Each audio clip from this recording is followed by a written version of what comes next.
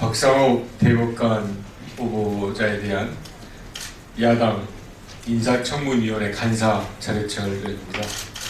대법관 공석 상태가 장기화가 되고 있음에도 불구하고 박상욱 후보자가 아무런 의견 표명을 하고 있지 않아서 이에 대한 야당의 인사청문위원들의 입장을 말씀드리도록 하겠습니다. 최민희 의원이 먼저 말씀드리겠습니다. 박상욱 대법관 후보자의 자진 사퇴를 다시 한번 촉구한다. 야당 대법관 인사청문위원 일동은 박상욱 대법관 후보자가 사법부의 신뢰와 권위를 세우기에 충분한 자질과 윤리의식을 가지고 있지 못하다고 수차례 지적한 바 있다. 또한 인사청문 과정에서 박상욱 후보자의 박종철군 고문치사 사건에 축소 은폐의 적극적 개입 내지 묵인 방조 의혹은 전혀 해소되지 않았다. 박상욱 후보자는 역사적으로 밝혀진 수사 과정상의 외압과 부실 수사 의혹에 대해서 전혀 느낀 적 없다고 말하고 알 수 없다, 최선을 다했지만 어쩔 수 없다 라는 무책임한 답변으로 일관했다. 인사청문회에서의 후보자의 답변은 야만적인 공권력의 폭력으로 꽃다운 젊은이 희생된 안타까운 사건에 대한 성찰과 반성이 전혀 없었다. 국민인권의 최후 보루인 대법관에게 요구되는 최소한의 역사인식과 인권 감수성마저 찾아볼 수 없었다.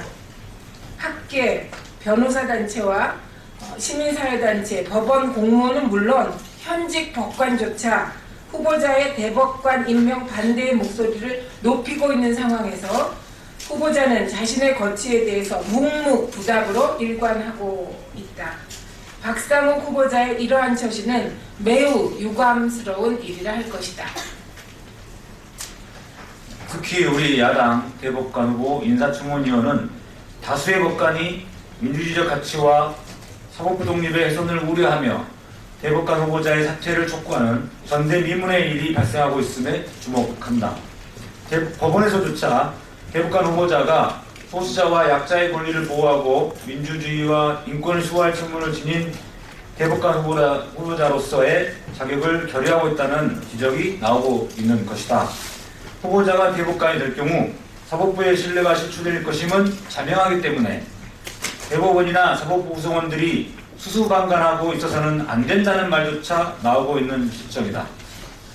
그동안 야당 청문위원들은 후보자의 고문치사 은폐 개입 의혹을 더욱 상세히 검증하기 위하여 자료 제출과 추가 청문회 개최를 요구해왔으나 정부 여당은 전혀 협조하지 않고 있다. 이에 우리 야당 인사청문위원 일동은 이제는 더 이상 박상욱 대법관 후보자에 대한 인사청문 절차를 진행하는 것이 의미가 없고 인사청문 보고서의 채택 여부조차 논의할 필요가 없다는 상황에 처했음에 지적하고자 한다. 국회의장이 4월 임시국회 표결처리 방침을 언급하였지만 법원 내부에서조차 후보자에 대해 반대 목소리와 자진사퇴 여론이 비등하는 상황 속에서 국회에서 표결처리를 통해 대법관 임명을 강행하는 것은 국민의 기대에 반하는 것으로서 그렇게 임명된 대법관의 권위는 바로 서지 않고 사법 불신으로 이어질 수밖에 없다는 점을 경고해 둔다.